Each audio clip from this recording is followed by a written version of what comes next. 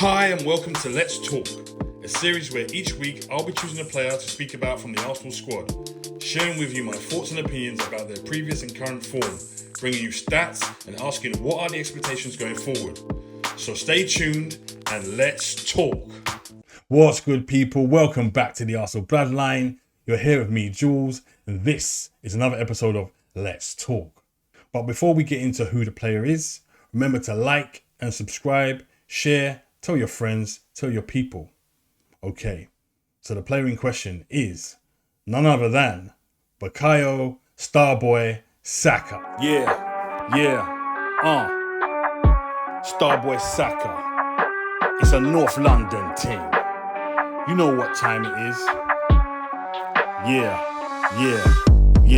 See there in a white shirt, the man in the dirt. One-on-one, any man can get it. Left or right, man's out of sight. Cut inside top beams, better respect it. North London's finest, call him your highness. You know he's hot to trot. Arsenal's crowning glory, the boy just can't be stopped.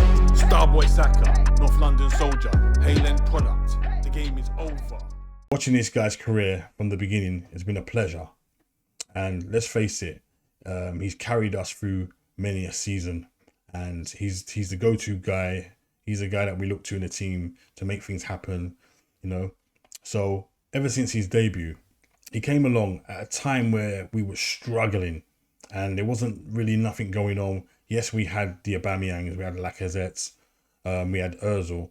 But when Saka came and became a part of that squad, made his debut, scored that goal in Europe as well, you know, that finish that we've come to know him by now.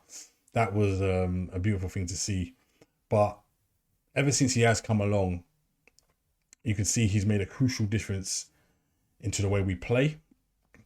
His attitude, his willingness to work. Because if you remember, Saka wasn't on the right wing.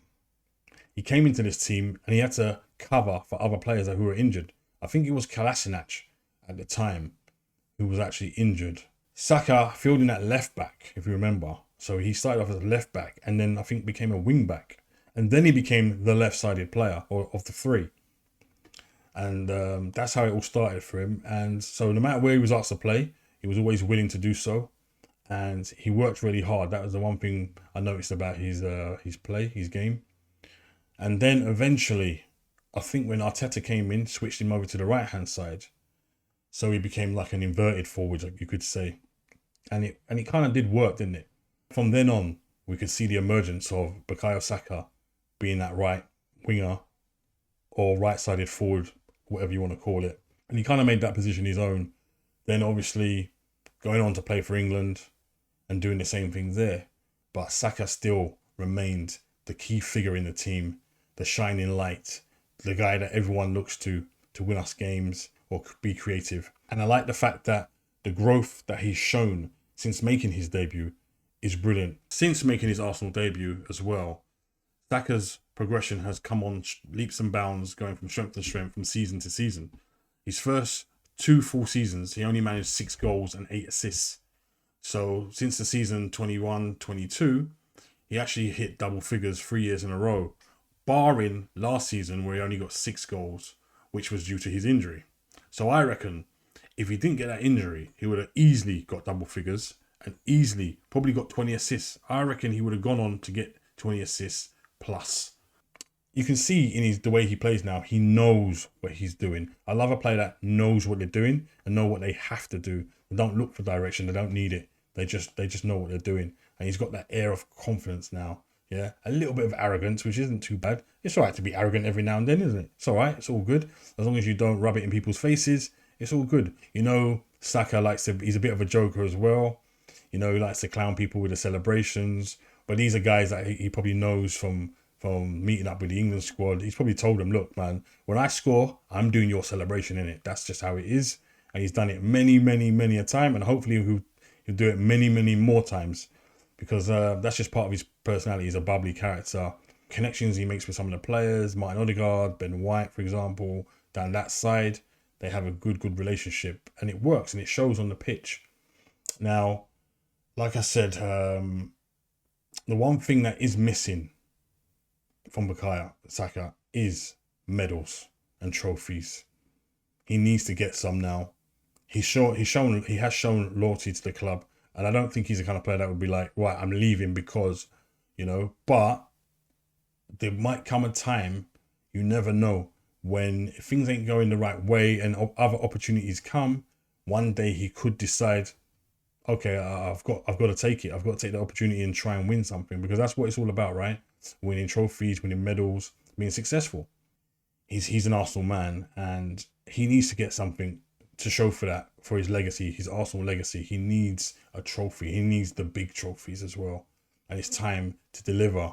Now, for me, obviously he got injured last season, and that's not his fault, but that's because his fitness levels are exceptional, right? Exceptional fitness levels that this guy's got.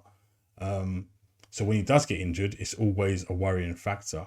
But yeah, he spent time out on the sidelines last year due to a massive hamstring problem, which he had to have an operation on. And we missed his influence, we missed his creativity, we missed his goals. We did have Nwaneri to fill in, which was a massive help, obviously. But this season, for me, I need Saka to be back to his best, looking sharp. Watch him in pre-season, he looks good. He looks ready to go. And this season, though, I need a lot of goals and assists this season.